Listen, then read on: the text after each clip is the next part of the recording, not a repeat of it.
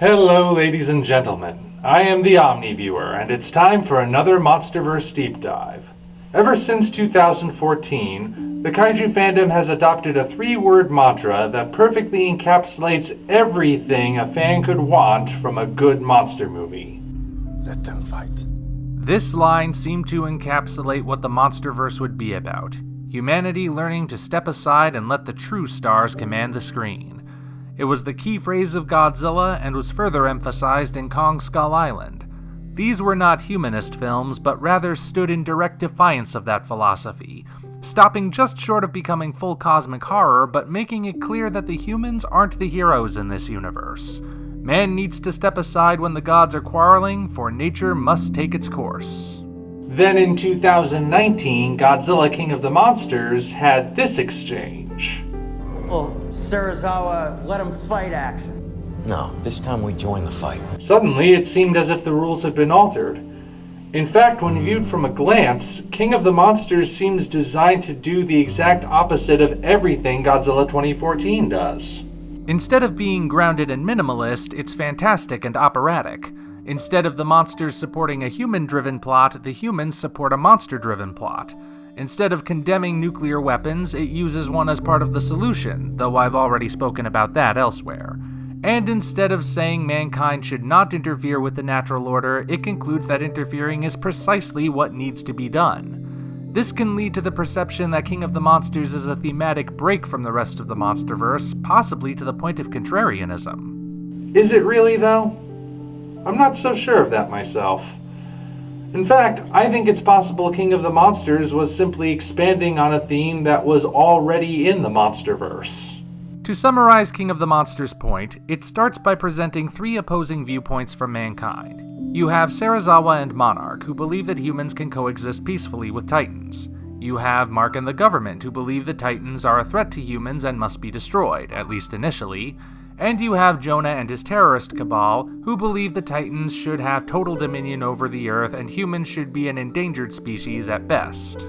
By the end, we've seen each philosophy in action, and we've learned which one is correct. Destroying the Titans has horrific results and places the world in danger, as Earth is left without Godzilla, its greatest protector.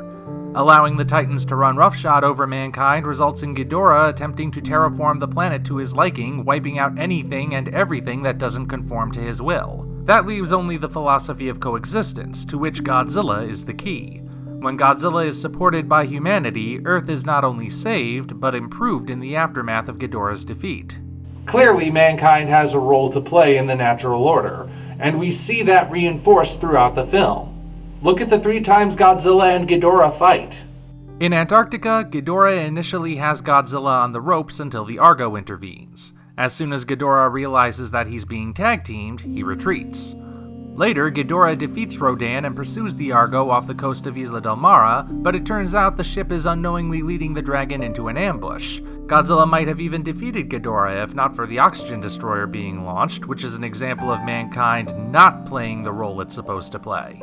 Finally, in Boston, Ghidorah is ultimately beaten, but only when both Mothra and mankind fill their roles in support of Godzilla. Mothra must sacrifice herself, and mankind must keep Ghidorah distracted long enough for that sacrifice to mean something.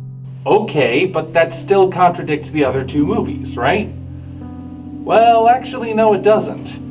In fact, the idea that mankind has a specific role to play in the natural order in support of certain titans has been in all of the other films. Let's go back to Godzilla 2014 and I'll show you precisely what I mean. For roughly the first half of the finale, we have 2 parallel yet unconnected conflicts. Ford and the soldiers are in the city to recover a nuclear weapon and either disarm it or get it as far from San Francisco as they can before it blows. Godzilla, meanwhile, appears to be unaware of the nuke, as his goal is to defeat the Mutos and restore balance. These 2 plot threads remain unconnected until Ford decides to destroy the nest.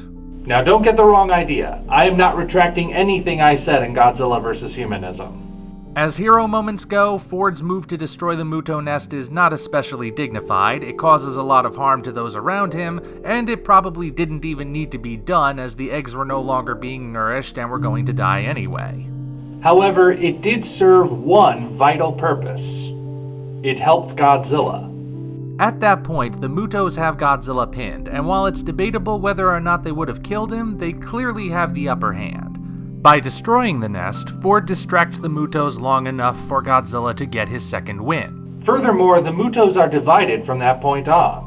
Femuto is now focused on killing the soldiers in revenge, leaving Hawkmuto to fend for himself against Godzilla. It's a classic divide and conquer maneuver that could not be accomplished if humanity had stayed completely out of the picture. Of course, the defeat of the Mutos is still not a human victory. It's Godzilla's victory through and through, with Ford only playing a minor role. Still, it's a role he had to play, in spite of Serizawa's insistence to the contrary. We can also see this play out in Kong Skull Island. The native Iwis of the eponymous Lost World take a similar philosophy of non-interference to what Serizawa espouses, staying in their walled-off city so Kong can do what he does. Sure, Kong is okay handling small skull crawlers on his own, but it's made clear that the Skull Devil is capable of killing him if it should ever awaken. It clearly had no trouble killing the rest of his family. When the Skull Devil finally surfaces, we see things play out in a very similar manner to Godzilla 2014. There comes a moment when the Skull Devil has Kong pinned, and it looks like the eighth wonder of the world is done for, until what remains of the Monarch expedition intervenes and distracts the lizard long enough for Kong to recover and work out a new strategy. Again, the humans don't really do anything that would prove lethal to the Skull Devil, and victory ultimately goes to Kong in the end, but it's still demonstrated that man has a role to play in support of the gods.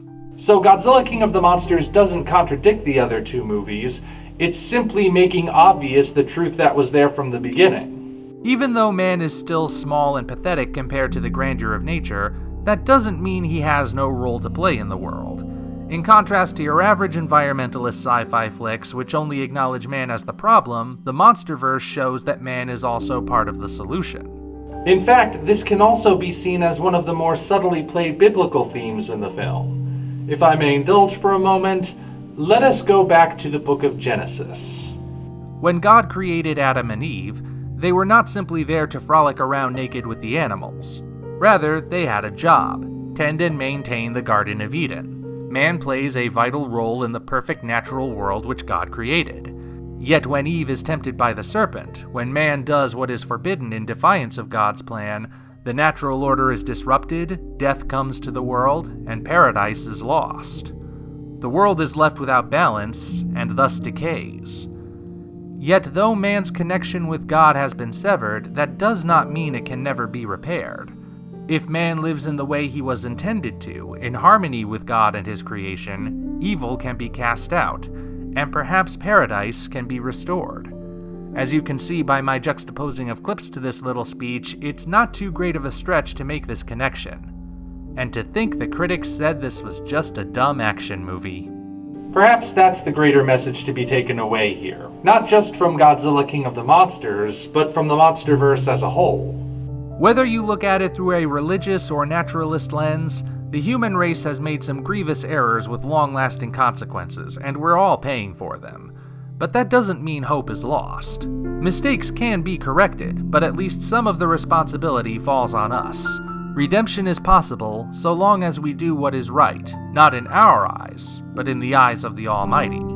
Just another message from a genre most critics write off as campy, mindless drivel. Until such time as we meet again, this is the Omni Viewer signing off.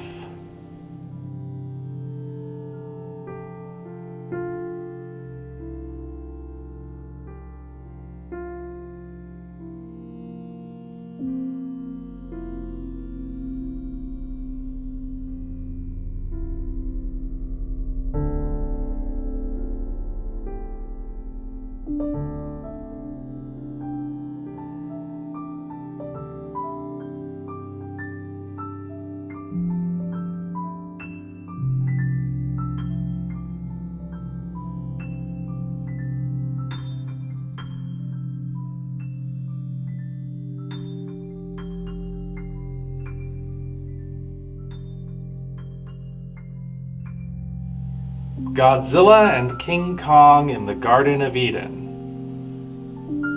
How's that for your MonsterVerse BC pitch? If you enjoyed this video, be sure to like it as well as subscribe to the channel for more content of a similar nature. Also, check the description for links to our Twitter, DeviantArt, and Patreon pages, as well as the Amazon link for the novel Operation Red Dragon: The Daikaiju Wars Part 1, penned by yours truly. Thank you all, and we appreciate your support.